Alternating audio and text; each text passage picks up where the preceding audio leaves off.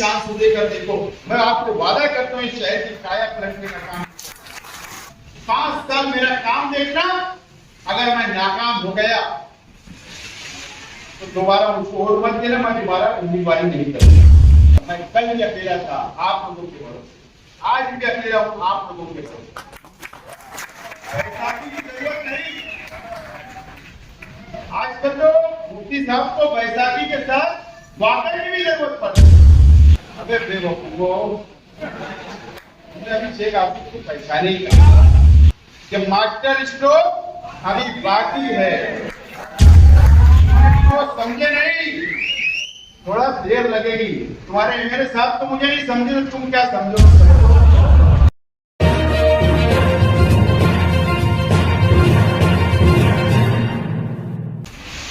मुझको ऐसा लगता है कि सियासी तौर पर मैं आप लोगों से पहली मर्तबा बातचीत कर रहा हूं, आप लोगों के सामने खड़ा हूं। आमतौर पर हम लोग जलसा वगैरह लेते, लेकिन इस मर्तबा ज्यादा हमारी तवज्जो है वार्ड वाइज मीटिंगें करने, मीटिंग करना, आवाम के साथ जहन साथी करना, हमारी बातों को रखना, यह हमारा अपना मकसद है। और मुझे खुशी है कि मैं आज आप लोगों के बीच में खड़ा हूं। दोस्तों और साथियों, यह हमारा अपना मालेगांव शहर मस्जिद और मीनारों का शहर है।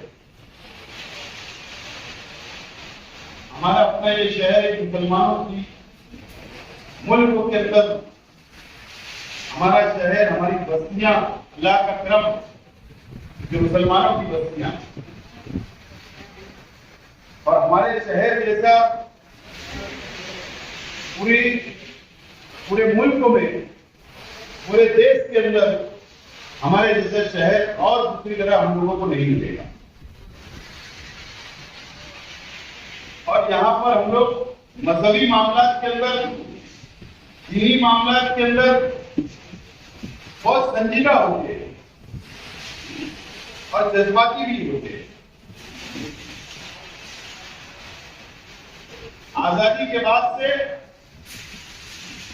जो सियासी हालात हमारे अपने शहर के रहे, जो हमारे बुजुर्गों ने बहुत अच्छी तरीके से हमारे माजी के तमाम ही बुजुर्ग नेताओं को, लीडरान को देखा, चाहे साबित सत्तार साहब तो पहले एमएलए शहर के रहे, या हारून अहमद अंसारी साहब रहे, शब्बीर सेठ रहे, आयशा हकीम साहिबा रही, निहाल अहमद साहब रहे, शेख रशीद साहब रहे। ये तमाम लीडरान को ये शहर में बहुत अच्छी से जाना, समझा, और ये तमाम लीडरान ने ये शहर की वक्तों पर क़यादत की और नुमाइंदगी की। ये सियासी लोग, सियासी सूझबूझ थी, सियासी फैसले लिया करते थे, और हमारे अपने शहर को हमेशा संभाल कर, बचा कर रखने का काम यह हमारे तमाम ही बुजुर्ग सियासतदानों ने किया, हमारे बुजुर्ग लीडरान ने किया, और ये दुनिया छोड़कर वो चले गए। ये शहर हमेशा सियासी रहा, लेकिन 2007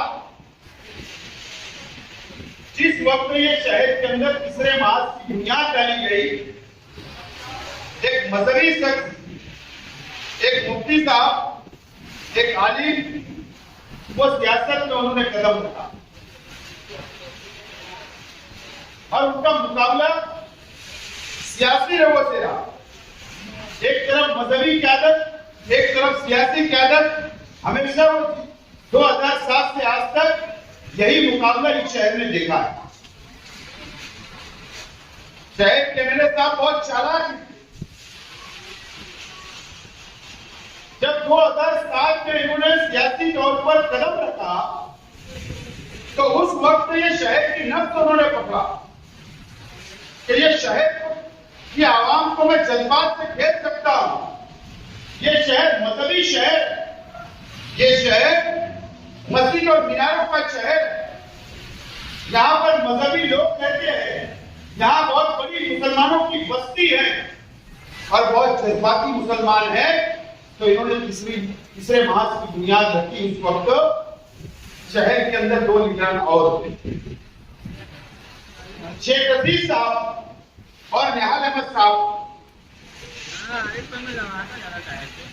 एक्टिव सियासत में थे, सियासत वो करते रहे, एक दूसरे से इलेक्शन लड़ा, एक दूसरे से हारे, लेकिन सियासी तौर पर वो लीडर रहे शहर के। उस वक्त मुफ्ती मोहम्मद इस्माइल कासमी साहब ने तीसरे महाज की बुनियाद ये शहर के आवाम के सामने, शहर के आवाम से ये कहा कि निहाल अहमद साहब भी सियासी है और नाकाम हो गए, और शेख रशीद साहब भी सियासी है, नाकाम हो गए। इन्होंने शहर का कोई दौलत, कोई विकास, कोई तामीरी काम नहीं किया, और इसके लिए हमें तीसरी क़यादत की जरूरत ये शहर के अंदर है। और उन्होंने सियासत के अंदर एंट्री, शहर के आवाम उनकी बातों में कैसे आई, आपको सोचना है, समझना और फैसला करना। यहां मेरे अपने बुजुर्ग बैठे हुए हैं, उस वक्त के शहर की आवाम से क्या वादे किए गए थे, क्या वादे किए गए थे? आप मुझे बताओ, वादा जो किया गया था वो क्या किया गया था? हजरत उमर फारूक रज़ी अल्लाह ताला अन्हु की उस दौर के अंदर जो खिलाफत चलती थी, उस तरीके पर हम लोग सियासत करेंगे। ये वादा उस वक्त के तीसरे महाज के मैनिफेस्टो में था। याद करो वो दिन, ये वादा सबसे पहला उन्होंने तीसरे महाज की बुनियाद डालने के वक्त हमारी शहर के आवाम ने लबैक कहा, उनकी बातों को माना कि एक मुफ्ती साहब हमसे वादा कर रहे हैं, वो मजहबी सत्य है और इस्लाम की तर्क के ऊपर वो ये शहर के अंदर सियासत करेंगे, नुमाइंदगी करेंगे, हमारी खिदमत करेंगे। ये शहर के आवाम ने माना, उनकी बातों को कबूल किया, और ऊपर तीसरा महाज जब बना तो उस वक्त और वादे किए गए। ये वादे किए गए कि हम टीचर हजरात जो है, टीचर को कॉर्पोरेशन का टिकट देंगे, ये भी वादा किया गया। क्या मेरे बहुत नौजवान साथी हैं, वो उस वक्त बहुत छोटे हो गए। आपको मैं याद दिलाना चाहता हूं कि हम टीचरों को कॉर्पोरेशन का टिकट देंगे, वकीलों को कॉर्पोरेशन का टिकट देंगे, आलिमों को कॉर्पोरेशन का टिकट देंगे, डॉक्टरों को कॉर्पोरेशन का टिकट देंगे, और तालीम याफ्ता लोगों को हम लोग टिकट देंगे। ये भी वादा शहर के अवाम से उस वक्त किया गया था। और क्या वादा किया गया था कि बैतुल माल की हिफाजत करेंगे। क्या वादा किया गया था कि बैतुल माल की हिफाजत करेंगे। ये भी वादा शहर के आवाम से किया गया था। उस वक्त हम कॉर्पोरेशन को फंड बोलते थे, बजट बोलते थे, आवामी खजाना बोलते थे, लेकिन इन्होंने कितना जुमला बेहतरीन निकाला कि बैतुल माल की हिफाजत करेंगे। बैतुल माल उस वक्त भी तो हमारे हजरत उमर फारूक रज़ियल्लाहु ताला अन्हु वो बैतुल माल की हिफाजत किया। उन्होंने कहा कि हम भी कॉर्पोरेशन के अंदर जो माल पड़ा हुआ है वो बैतुल माल है, हम उसकी हिफाजत करेंगे। शहर के आवाम ने उनकी बातों को माना। और क्या वादा किया, क्या वादा और किया कि हम टक्केवारी नहीं लेंगे, कमीशन खोरी नहीं करेंगे और ठेकेदारी नहीं करेंगे। ये वादा भी शहर के आवाम से किया गया। और हमारी मां बहनों से यह वादा किया गया कि हमारी मां बहन अंधेरा जब होता है, शाम होने का इंतजार करती है उसकी हाजत पूरी करने के लिए। हमारी मां बहनों से भी ये वादा किया गया था शहर के मेरे साथ में। तीसरा महाज बना, आवाम ने 27 सीट चुन कर ली। 27 27 कारपोरेटर पहली मरतबा उनको चुन कर दी। मेयर उनका बना, अलीमुद्दीन खजूरवाला साहब मेयर बनाए गए। उस वक्त में ये बाला साहब ठाकरे के चरणों में भी गए, माता श्री के ऊपर भी गए थे, माता श्री के ऊपर कि हम आपके साथ एक हुकूमत करना चाहते हैं, वोट लीड बैतुल माल की हिफाजत करेंगे। और वहां जाकर सपोर्ट मांग रहे, उन्होंने सपोर्ट नहीं दिया। हमने उस वक्त उनको सपोर्ट दिया कि चलो आप आगे आए हैं तो आप इक़्तिदार संभालो, आप शहर को कुछ दो। 2.5 साल गुजर गए, शहर को कुछ नहीं मिला। फिर मालिक यूनिवर्सिटी को इन्होंने बनाया, फिर निहाल अहमद साहब के कारपोरेटर को तोड़ा गया, मेयर बने। 2.5 साल शहर को क्या मिला? आप शहर के सामने इब्राहिम सेठ नेशनल वाला मेयर बनाए गए, शहर को क्या मिला? नरेंद्र सोनोने को स्टैंडिंग का चेयरमैन बनाया गया। नरेंद्र सोनोने जो संदेश टाकीज का मालक है और रामराज बियरवाल का मालक है, उस वक्त भी वही मालक था, आज भी वही मालक है। वो आजाद चुनकर आया था, 27 लोगों के अंदर इनको कोई काबिल नजर नहीं आया, उस वक्त भी उस शख्स को उन्होंने स्टैंडिंग का चेयरमैन बनाया। ऑप्शन के अंदर कोई टीचर, कोई डॉक्टर, कोई आलिम उनको नजर नहीं आया। उस वक्त एक मुफ्ती शकील साहब को बनाया, दूसरी सीट पंचशील बियरवाल के मालक की बीवी को उन्होंने बनाया। और 27 सीट मुसलमानों ने चुन कर होदा होगा। 2007-2024 दो मरतबा शहर के लिए रहे। अब सवाल ये है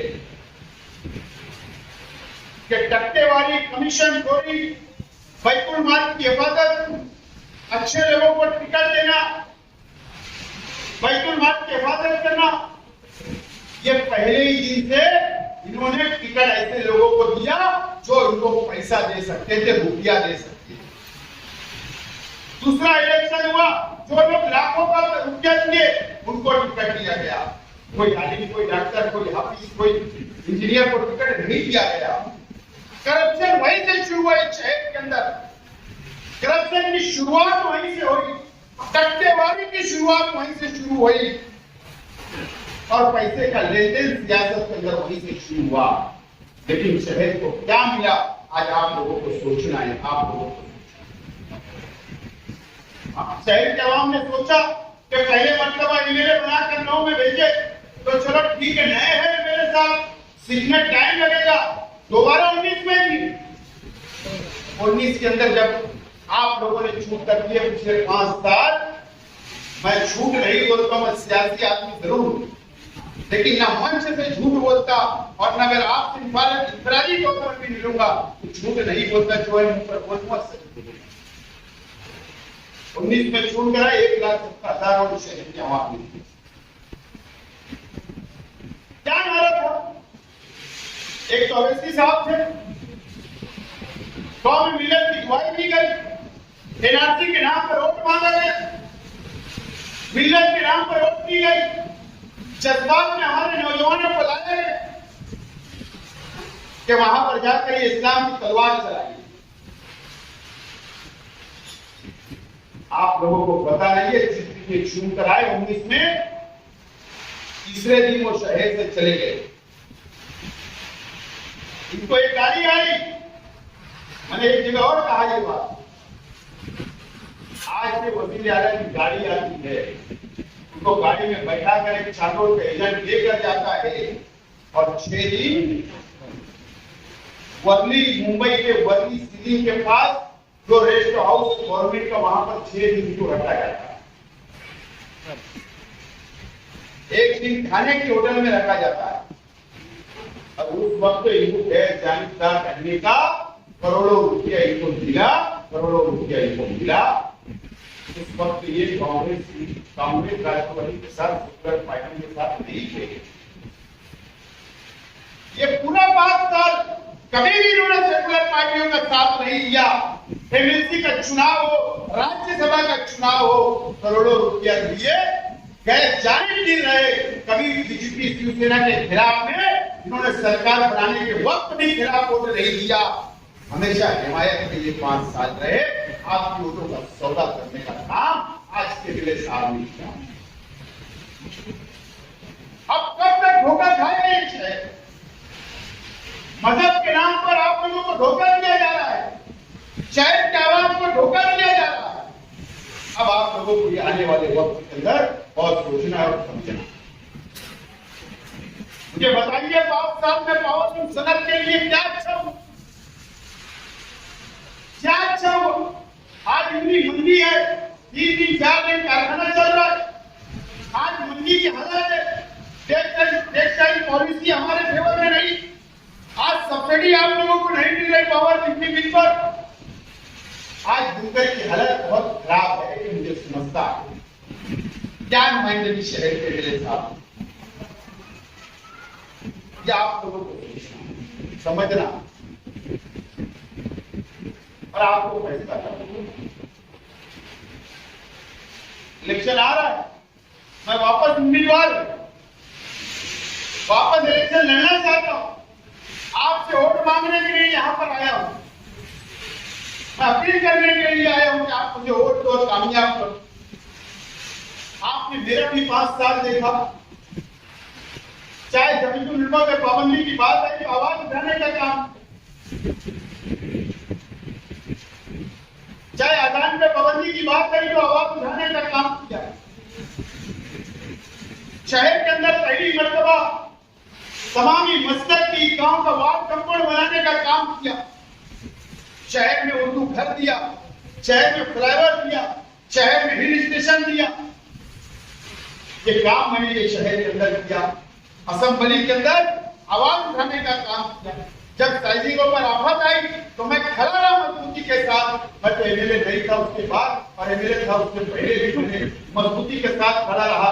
सनत की बका के लिए जब मुझे आवाज दी गई मैं खड़ा रहा। ये मेरे अपने काम। कुछ लोग हमको बदनाम करते, मेरे परिवार को बदनाम करते। सादी बाबू मेरे वालिद साहब के कई पुराने साथियों में से। आज शेख रशीद साहब दुनिया से चले।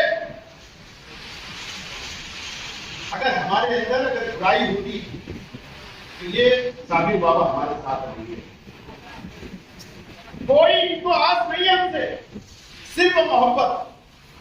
हमारे अंदर कोई अच्छाई उन्होंने देखी। मेरा सवाल आप लोगों से, मुझे बताइए, क्या हमारे परिवार ने कभी आपके कारखाने पे कब्जा किया था? क्या कोई बुनकरों को लाकर हमने खंजरी वसूली की? क्या कोई हफ्ता वसूली की? शहर के अंदर एक आदमी ने आके खड़े रह के बताना कि मेरे परिवार ने आप लोगों के साथ जुल्म किया, गरीबों के साथ जुल्म किया, बुनकरों के साथ जुल्म किया, मजदूरों के साथ जुल्म किया। एक कोई शख्स नहीं बता सकता। अगर हमारे लिए बुराइयां होती तो 1994 से लेकर आज तक शहरी सियासत के अंदर मेरे वालिद ने जो सियासत यहाँ तक लाई, तामीर की लाई, तरक्की की लाई, गरीबों के हमदर्द रहे, गरीबों के मसाइल हल किए, शहर के मसाइल हल किए। जब शहर के अवाम ने यहाँ तक लाकर पहुंचाया और मुझको भी, मेरे वालिद को भी मिले बनाया। आपको सोचना, आप दूर से हमको देखते हैं, जो लोग हमारे खिलाफ तकरीर करते हैं आप वही सुनते हो। आप आइए करीब, आइए मुझसे मुलाकात करिए, आइए आप काम लेकर आइए, आपके लिए दरवाजे खुले। आप हमको समझो, हम कैसे मिजाज के लोग हैं, हमारे अंदर क्या अच्छाइयां है, क्या हम काम करने वाले हैं या नहीं है। क्या हमारी बातों को आप समझो। तो जब तक करीब नहीं आओगे, जब तक आप हमको नहीं समझ सकते, मेरे परिवार को नहीं समझ सकते। आपको समझना पड़ेगा। आप अपना काम लेकर आइए। ये सब जिम्मेदार है, वो हम जा सकते हैं आपके पास, मेरे तक। जब आप फोन करेंगे मैं हाजिर कर सकता हूँ, आपको कोई भी मसला मैं हल कर सकता हूँ। मेरे अंदर अच्छाइयां देखो, क्या क्या अच्छाइयां है, क्या बुराइयां हैं, क्या मैं गलत हूँ, क्या सब आप देख सकते हो, इसके बाद फैसला करें। लेकिन वो लोग हमको हमारे को बदनाम करते सिर्फ स्टेट से, सिर्फ अपनी सियासी मुकाम के, अपनी कुर्सी बचाने के लिए हमको बदनाम किया जा रहा है। तो काफी लोग यहाँ पर बैठे तो मुझे जानते हैं, मेरे परिवार को जानते हैं, वो अगर मेरे साथ रहते, हमारे साथ खड़े हैं, ऐसे नहीं खड़े, हमारे अंदर कोई अच्छाई रहती है। किसी के सुख में दुख के अंदर हम लोग खड़े रहने वाले, मसाइल के अंदर खड़े रहने वाले। बिजली का मसला तो हमारे तक है, पुलिस स्टेशन का मसला तो हम लोग बैठे हैं, कारपोरेशन का मसला तो हम बैठे हैं, सरकार का कोई भी डिपार्टमेंट का मसला तो हम बैठे, हॉस्पिटल का कोई मसला तो हम बैठे हैं। आप आइए, दरवाजे आप लोगों के लिए खुले, एक मर्तबा और मुझे चांस देकर देखो, मैं आपको वादा करता हूँ इस शहर की काया पलटने का काम।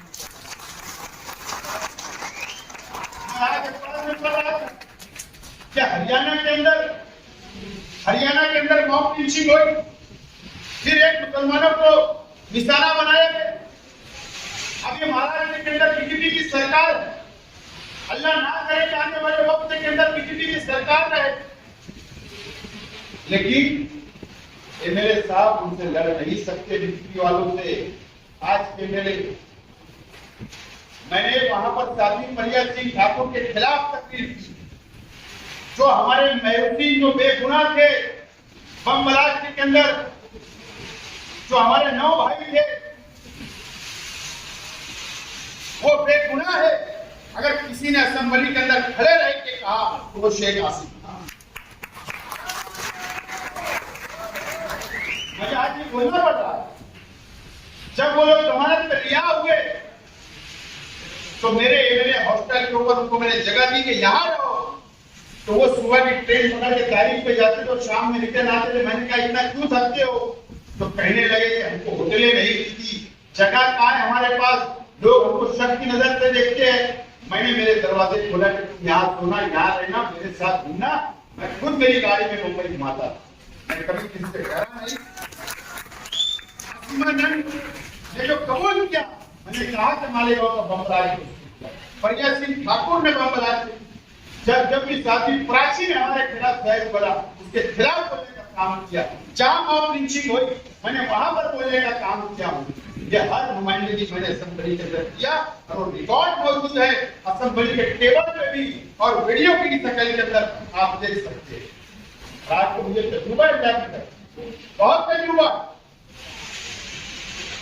उनका मैं जवाब दे सकता हूँ, उनसे लड़ सकता हूँ, हमारी बात मनवा सकता हूँ। आपने देखा ये मेरे साथ 5 साल थे, नीचे चलाने किले पे चढ़ गए, उसकी हिम्मत। लैंड जिहाद, लॉ जिहाद, क्या क्या जिहाद था कि यहाँ पे चल गया, घुस गया,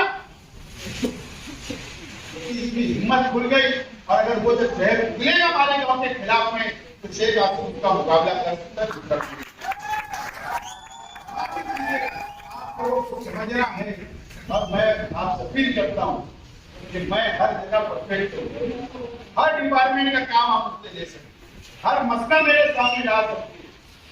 अभी मैं तो फिर दुकानें लगेगी, फिर तकरीरें होगी, फिर आपको वर्गलाया जाएगा, आपको उकसाया जाएगा। लेकिन अल्लाह के वास्ते आप उन लोगों की बातों में मत आइए, शहर का नुकसान मत करिए। शहर अंदर होता जा रहा है, दादा भुसे के हाथ ये बिक चुका है, शहर को बेच दिया जा चुका है, दादा भुसे के हाथ गिरो रखा जा चुका है। 2-3 दिन पहले आपने देखा शिवाजी मुद्दे के पास हाफिज अली सदर साहब ने तमाम बातें शरीयत के मुताबिक रखी, बीच काटे इन्होंने बीच। एक हमारे शहर के मुफ्ती साहब और एमएलए साहब ने बीच काटे। अरे मैं तो सियासी आदमी, मुझसे गलती होगी तो अल्लाह से माफी मांगने, अल्लाह माफ करने वाला। लेकिन जिसको समझते हैं शरीयत, जिसको दीन समझता है, बुत परस्ती के जो शरीयत ने जो हुक्म दिया, एक खाली एक एमएलए जाकर बीच काट देते, सिर्फ एक कुर्सी बचा रहे।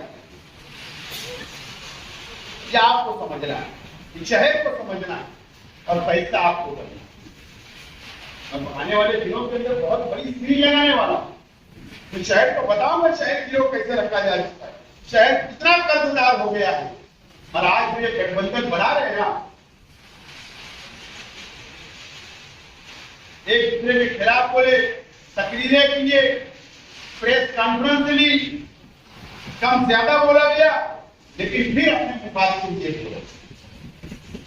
ठेकेदारी करने के लिए, अपना घर भरने के लिए, अपने बाल बच्चों को पूरे पूरे खानदान को ठेकेदारी में इन्वॉल्व करने के लिए, कमीशन खोरी करने के लिए, मेयर की कुर्सी हासिल करने के लिए, ये सब एक हो रहे, एक हो रहे। इनके जाति विवाद की थी। और मैं कल भी अकेला था आप लोगों के भरोसे, आज भी अकेला हूं आप लोगों के भरोसे। बैसाखी की जरूरत नहीं। आजकल तो मुफ्ती साहब को बैसाखी के साथ वाकई की भी जरूरत पड़ रही है। कभी बोले तू भी आ जा, तू भी आ जा, ते कुछ इतने करोड़ का फंड, ते कुछ इतने करोड़ का फंड, ते कुछ मेयर, ते कुछ स्टैंडिंग चेयरमैन, ते कुछ डिप्टी मेयर, सब सौदा हो रहा है आपको दिखेगा। लेकिन आप बेदार हो जाओ, इस मर्तबा के वो घर बैठा, एक मर्तबा मुझको चुन कर दो, 5 साल मेरा काम देखना, अगर मैं नाकाम हो गया तो दोबारा मुझको वोट मत देना, मैं दोबारा उम्मीदवारी नहीं करूंगा।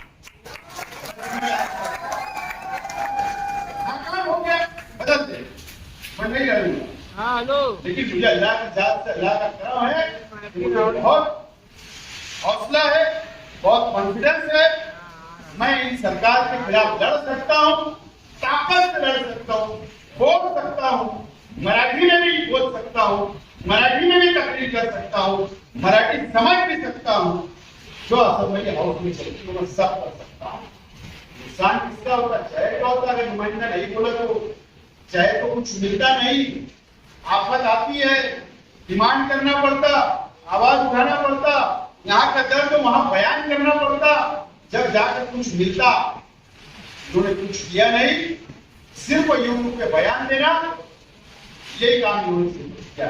अभी आप लोगों ने देखा ना, मैंने अखबार के अंदर दिया कि मदरसा और मस्जिद जहां जहां की सोलह नहीं है वो लोग अर्जी मुझसे पड़े, मेरे पास अर्जी पड़े दिए इन्होंने बयान।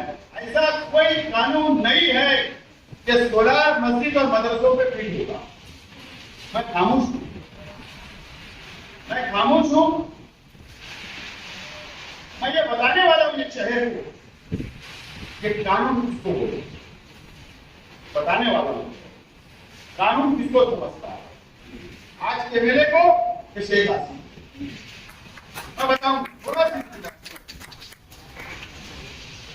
ये तुम अगर एक शेख आसिफ हो या शेख आसिफ की जगह कोई भी एक शख्स हो, अगर हुकूमत से अगर फायदा करवा रहा शहर का, मस्जिद का, मदरसे का, ईदगाहों का फायदा करा रहा, तो आप रुकावट क्यों बनते? अरे मैदान तो तुम्हारे लिए, तुम आज भी अकेले हो। तुमने तो खुलकर बोलना था कि ठीक है शेख आसिफ कम करेगा, मैं ज्यादा करेंगे।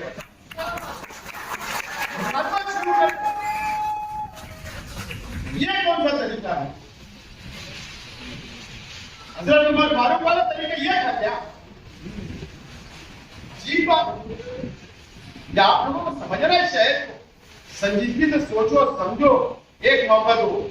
मैं देखो सबको साथ लेकर चलने वाला सब, मेरे पास कोई मसलक नहीं है, मेरे पास कोई बिरादरीवाद नहीं है, मेरे पास कोई जातिवाद नहीं है, मेरे पास कोई भेदभाव नहीं है, कोई काला गोरा, कोई अमीर गरीब, कोई मजदूर, कोई चाहता। सबके लिए मैं पहले भी खड़ा था, आज भी खड़ा हूं और इंशाल्लाह कल भी खड़ा रहूंगा, सिर्फ आपका साथ चाहिए। और आप तो हमारी जिंदगी पूरी बदल गई, हमारे परिवार की पूरी जिंदगी बदल गई। शेख रशीद साहब दुनिया से गए, खलील दादा गए, सब कुछ छोड़ के गए। हमको लगा यार सब तो यही रह गया। हमारे सामने 2 लोग घर के बड़े चले गए, प्रॉपर्टी, जायदाद, पैसा, रुपया सब कुछ छोड़ के खाली याद है, खाली चले गए ना। मैं भी दुनिया से जाऊंगा तो मैं भी कुछ लेकर नहीं जाऊंगा। हमने परिवार में बैठकर संजीदगी से फैसला किया है कि गरीबों का काम, गरीबों की मदद दीनी काम, मजहबी काम बढ़ चढ़कर हिस्सा लेना, ये हमने पैसा और जो कुछ यहाँ कमाए यही बर्बाद कर दो, यही लुटा दो, गरीबों में मदद करो, गरीबों, सब हमने सीखा है और शेख रशीद साहब हमेशा करते हैं, हम लोग उसको आगे बढ़ा। अल्लाह का करम है, जेब में हाथ डालने वाले लोग हैं, उनकी कंपनी लेने वाले लोग हैं, मुसीबत में खड़े रहने वाले लोग हम। शहर के अंदर कोई दूसरा शख्स हो तो बताओ, कोई नहीं, इसके लिए जिगर लगता है। अल्लाह ताला सबको नहीं देता, अल्लाह का शुक्र है, अल्लाह ताला ने मेरे परिवार को इतना बड़ा जिगर दिया और दीनदार बनाया। अल्लाह का शुक्र, बार बार मैं शुक्र अदा करता हूँ। तो आप तमाम लोगों से, मैं सब नए लोग मुझे ज्यादा मेरे करीब आइए, समझिए, मेरी जानकारी लीजिए। अल्लाह का करम है, क्रिमिनल एक भी केस नहीं, क्या बोल रहा हूँ, किसी को मारने के जुर्मों में जेल में नहीं गया वहां।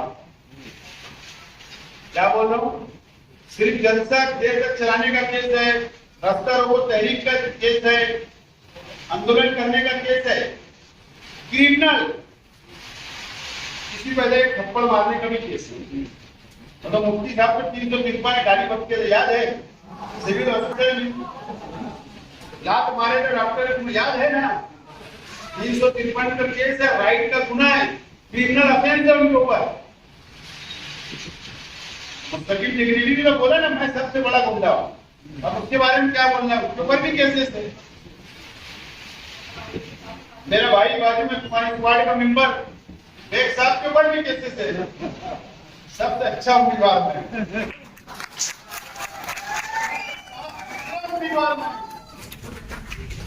ये बात ध्यान रखो, साफ सुथरा होना ना, ये तमाम चीजें आपको समझना है, सोचना है और फैसला करना। मुझे उम्मीद है इस मर्तबा कि आप लोग मेरा साथ देंगे और तारीख लिख दो, 5 साल का मौका दो, मैं आजाद उम्मीदवार इलेक्शन लड़ूंगा, लेकिन अभी मैं थोड़ा सी 1% थोड़ा सी इधर उधर हूँ, लेकिन मास्टर स्ट्रोक मारूंगा जब। अभी भी कुछ लोग हमारे हजरत के कुछ लोग व्हाट्सएप पे लिख रहे मास्टर स्ट्रोक फेल होगा, क्या बोले, मास्टर स्ट्रोक फेल, बोले वो के अरमा आंसू में बह गए, कुछ लिख रहे। अबे बेवकूफ, वो अभी शेख आसिफ को पहचाने ही